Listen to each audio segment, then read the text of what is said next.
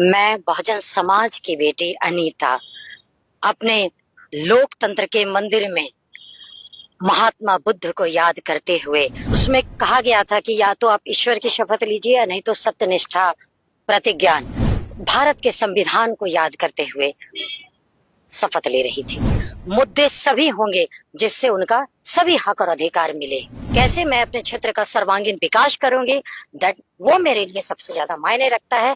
और आचार संहिता के दरमियान जो पैसे की राजनीति हुई है, उससे जनता जागरूक है। लोकसभा के चुनाव भले ही हार गए, सामने में ललन सिंह थे, विधानसभा चुनाव जीत करके आए। पर्चे का मोहताज नहीं, पति अशोक महतो, हमारे साथ अनीता देवी है। आप लोकसभा भी लड़ रही थी, हार गई, पर विधानसभा जीत करके आई। अलग अंदाज में शपथ ले रहे थे, क्या पढ़ रहे थे जो स्पीकर ने टोक दिया? सबसे पहले आप लोगों को बहुत क्रांतिकारी अभिनंदन करती हूँ और बहुत सारी शुभकामनाएं देती हूँ। लोकतंत्र के चौथे स्तंभ हैं। मैं एक संदेश भी आपके माध्यम से देना चाहूंगी आपको और पूरी आवाम को कि हम लोग सब हमेशा देश में और प्रदेश में और क्षेत्र में कैसी राजनीति हो रही है, उसके प्रति हम लोग अपने आप को सब मिलकर एकजुट होकर अवगत रहें और अवगत करते रहें। मैडम, सदन में शपथ लेने का दौर था, क्या पढ़ रही थी जो स्पीकर ने टोक दिया?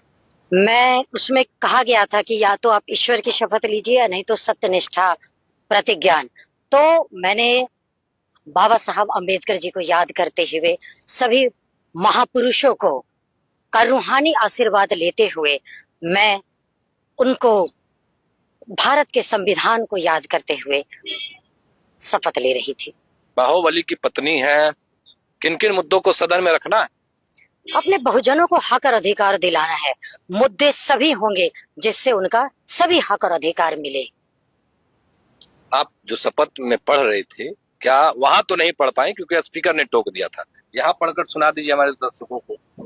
मैं बहुजन समाज की बेटी अनीता अपने लोकतंत्र के मंदिर में महात्मा बुद्ध को याद करते हुए और बहुजन महापुरुषों को याद करते हुए, महानायकों को याद करते हुए, रूहानी आशीर्वाद लेते हुए मैं शपथ ले रही थी।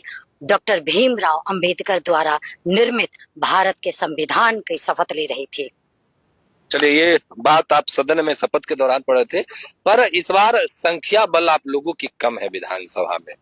एनडीए के लोग कह रहे हैं कि हमारे विधायक अगर खड़े हो जाए तो बगल से ये लोग घेर भी नहीं सकते। कोई कुछ भी कह रहा है, मैं बस इतना जानती हूँ, कभी आप आंकड़ों पे मत जाइए। कभी कभी